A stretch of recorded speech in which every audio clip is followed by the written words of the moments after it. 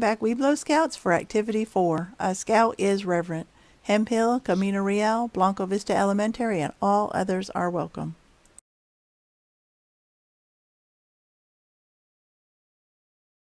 For more fun activities at home, visit our YouTube channel, Sacred Springs Scout Reach.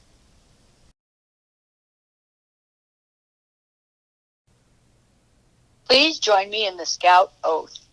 On my honor, I will do my best to do my duty to God and my country and to obey the Scout law, to help other people at all times, to keep myself physically strong, mentally awake, and morally straight.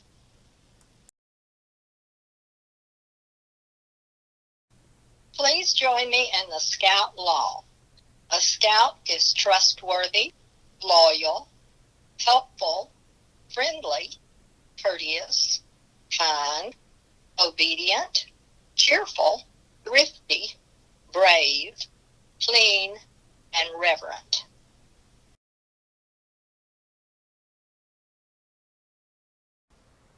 A Scout is reverent. A Scout is reverent toward God. He is faithful in his religious duties. He respects the beliefs of others. A Scout is reverent. A Scout is cheerful. A Scout looks for the bright side of life. He cheerfully does tasks that come his way. He tries to make others happy. A Scout is cheerful.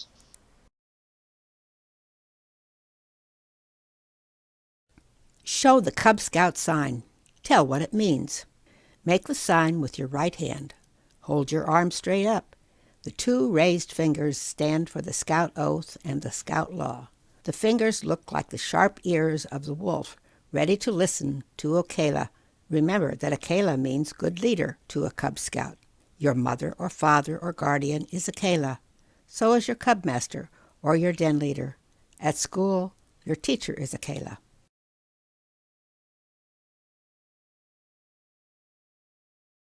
Say the Cub Scout motto. Tell what it means. The Cub Scout motto is do your best. A motto is a guiding principle and a rule for living. Do your best means trying your hardest, not just a little bit. Do your best all the time. Do your best in school and at home. Do your best when you play a game and help your team. Do your best as you work on your rank adventures.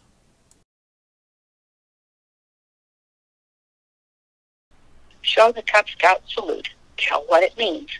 Salute with your right hand. Hold your first two fingers close together. Touch your fingertips to your cap. If you aren't wearing a cap, touch your right eyebrow. You salute the flag to show respect to our country. Always use the Cub Scout salute when you are in your Cub Scout uniform, both indoors and outdoors. If you are not in uniform, you salute the flag by placing your right hand over your heart.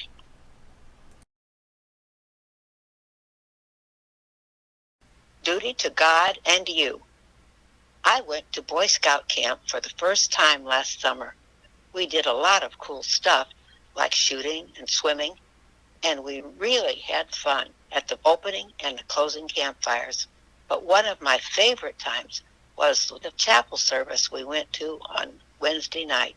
During the service, the chaplain pointed out that the camp chapel didn't have a roof or walls, which meant there was nothing to separate us from God above us or the world around us. He said that even when we go back to our places of worship with our roofs and walls, we should keep working to stay connected to God and to God's people. That's what you'll learn about in the Duty to God and You adventure.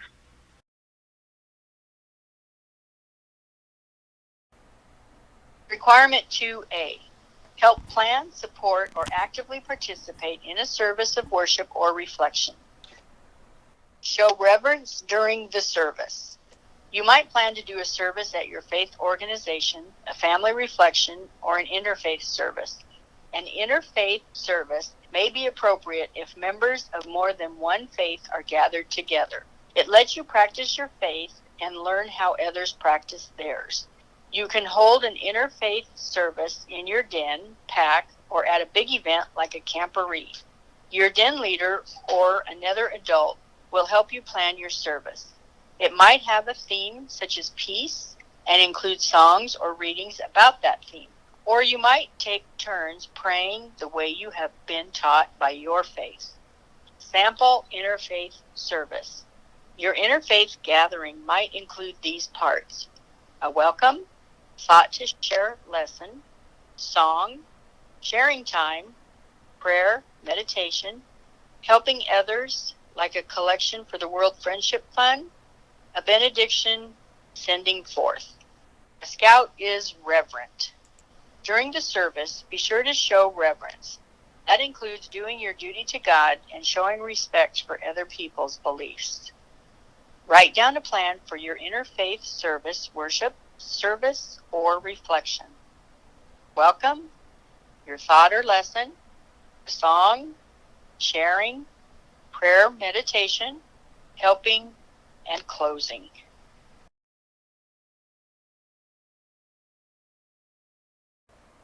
Requirement 2D. List one thing that will bring you closer to doing your duty to God and practice it for 1 month. Write down what you will do each day to remind you. Talk with your family or den members about what you learned as you completed Requirement 2A. If you talk with other den members, listen to what they learned. Then you will have learned those things too. Here are some things to talk about. What does duty to God mean to me? What does reverence mean to me? How are the other faiths I learned about different from my own? How are they similar?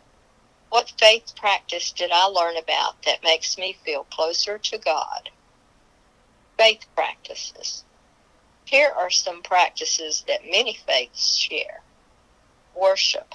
Going to a service at a church, temple, mosque, synagogue, or other place. Prayer. Talking to God and listening. Meditation. Clearing your mind to focus on your faith. Service. Helping other people. Charity. Donating money to worthy causes. Fasting. Giving up food or other things at certain times. Confession. Admitting things you've done wrong and asking for forgiveness. Study. Reading books of faith. Observing holy days. Setting aside days for your faith tradition that require special actions. Observing holy days. Setting aside days for your faith tradition that require special actions. Obeying the rules set down by your faith tradition. What other practices does your faith encourage?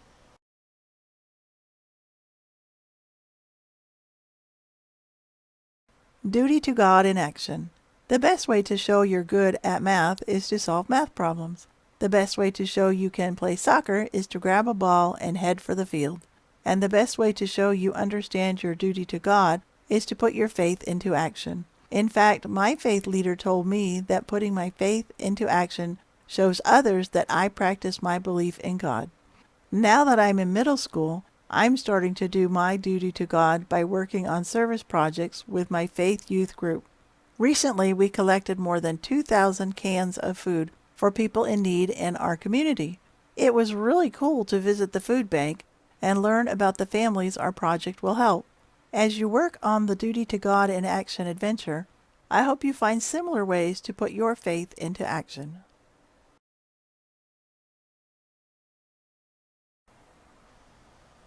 Requirement 1. Earn the religious emblem of your faith for Webelos Scouts if you have not already done so. Scouts can earn religious emblems sponsored by their respective faith groups. If you haven't already earned the one your faith offers for Webelos Scouts, you may do so now. Did you know that many faith groups offer 4 different religious emblems? There's often one for Cub Scouts, one for Webelos Scouts, one for Boy Scouts, and one for older Boy Scouts or venturers. You can continue your faith adventure once you become a Boy Scout by earning the religious emblems for Boy Scouts. And with your parent or guardian's permission, visit these websites for more information. Requirement 2A. With your parent, guardian, or religious or spiritual leader, discuss and make a plan to do 2 things you think will help you better do your duty to God. Do these things for a month. If you wanted to get closer to a new friend, you would talk with him and spend time with him. You would find out what he likes and dislikes, and you might even throw a party for him on his birthday. Getting closer to God is sort of like getting closer to a new friend. It's hard to know God if you don't spend time together. If you don't find out what God likes and dislikes, and if you don't honor God on special days, talk with your parent, guardian, or your religious leaders about what it means to them to get closer to God. Faith practices help you get closer to God. Talk with your religious leader or parent and pick 2 practices you would like to try. Write them down and do them for a month. At the end of the month, talk with your religious leader, guardian, or parent about how the practices helped you get closer to God.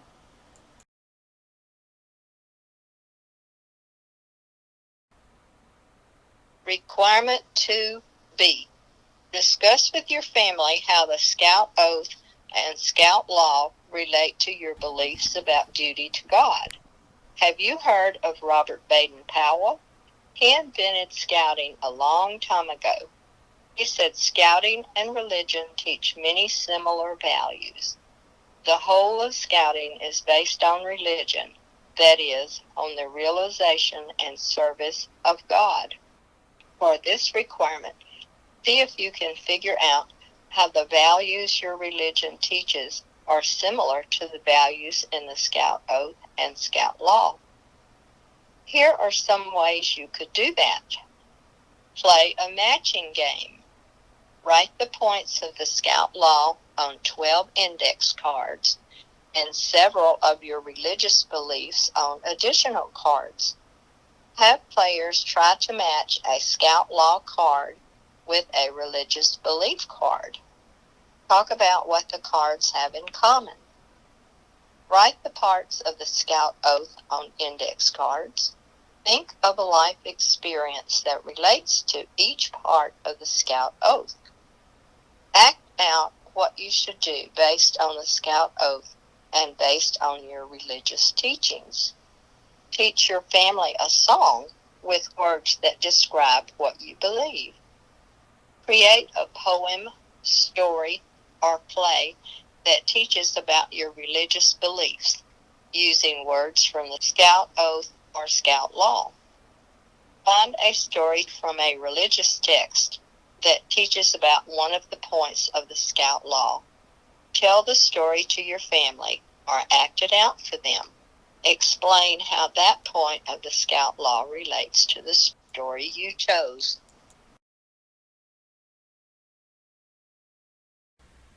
Requirement 2C. For at least a month, pray or reverently meditate each day as taught by your family or faith community. Praying and meditating are important ways to connect with God. Your faith group may have a particular way of praying and meditating. If you're not sure how to pray, try the 5 fingers prayer. In this prayer, each finger on your hand reminds you whom to pray for. Thumb. Your thumb is the closest to you. Pray for the people closest to you, such as family and friends. Index finger. The finger points the way. Pray for people who point the way, such as teachers, religious leaders, and scout leaders. Middle finger. This finger stands the tallest. Pray for people in authority, such as government leaders. Ring finger. This finger is the weakest on your hand. Pray for those who are weak, sick, or needy. Pinky. This finger is the smallest of all. Pray for yourself and your own needs.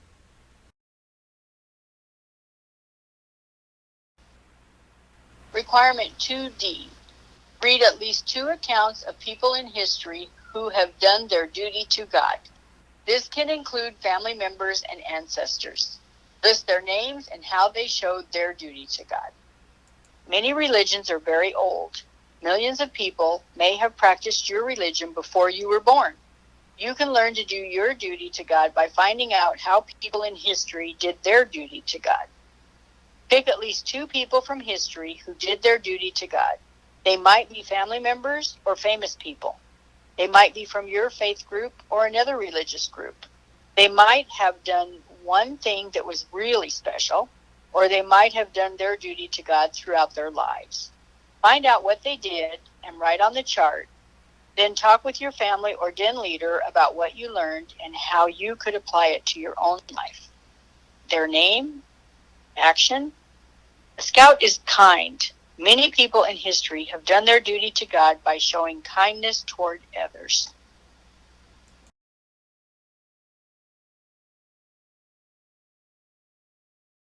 Requirement 2D continued. Quote from Martin Luther King Jr. The time is always right to do what is right. Quote from John F. Kennedy. Ask not what your country can do for you. Ask what you can do for your country. January 20th, 1961.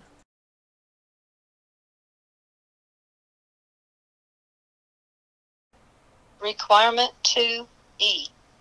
Under the direction of your parent, guardian, or religious or spiritual leader, do an act of service for someone in your family, neighborhood, or community. Talk about your service with your family and your Webelos den leader. Tell your family, den, or den leader how it related to doing your duty to God. An important part of duty to God is helping other people. When there is a natural disaster like a hurricane, faith groups are among the first on the scene. If you look around your town or nearby cities, you will probably see schools, colleges, or hospitals that were founded by faith groups. Your faith group may support people who travel to other countries to help people who are in need. But acts of service don't have to be big. As part of your duty to God, you can do them every day. Talk with your religious leader and pick an act of service you will do. Afterward, talk with your family, den, or den leader about how it made you feel. I always knew my granddad was a cool guy, but until I did this adventure, I didn't know that he had been doing service projects for 40 years in our faith community. His name even appears on a big plaque. Talk about doing your duty to God. I hope I can do something big like that someday. How about you?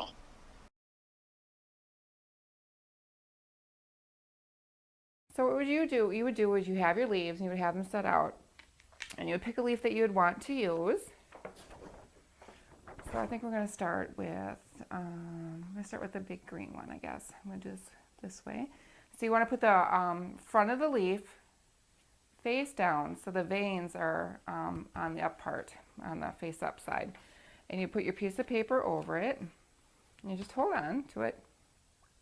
And then you would take a crayon and then you would just start rubbing back and forth. And it'll pick up the imprint of the leaf.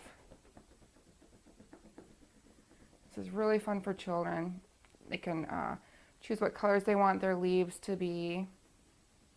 And so you can see that this made the imprint from the leaves. You can see where the veins in the leaves are. I don't know how good you can see that on the video, but it really works nice. Then children could use the same leaf again, just move the paper, or they could pick out a different leaf that they would want to do. And so I think I want to do this one. And we'll just put it there.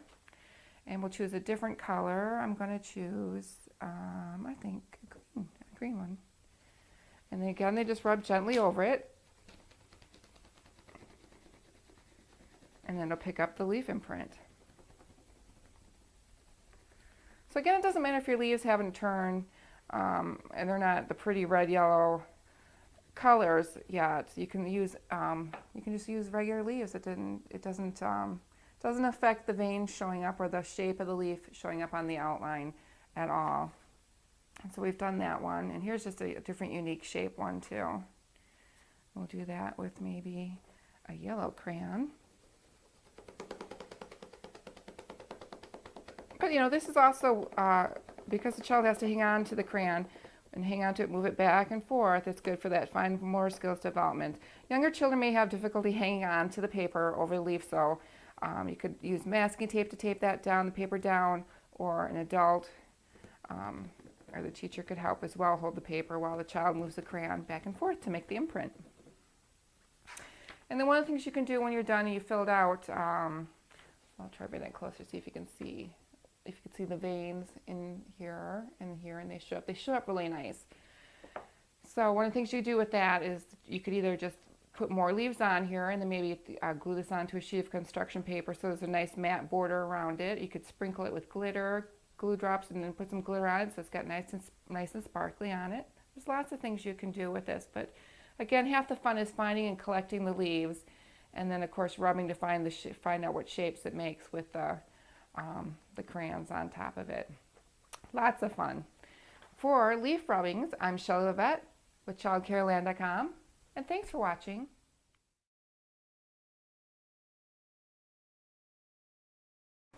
Join us next time for Activity 5, Hiking and Foursquare. If you are interested in joining a pack near you, visit beascout.scouting.org.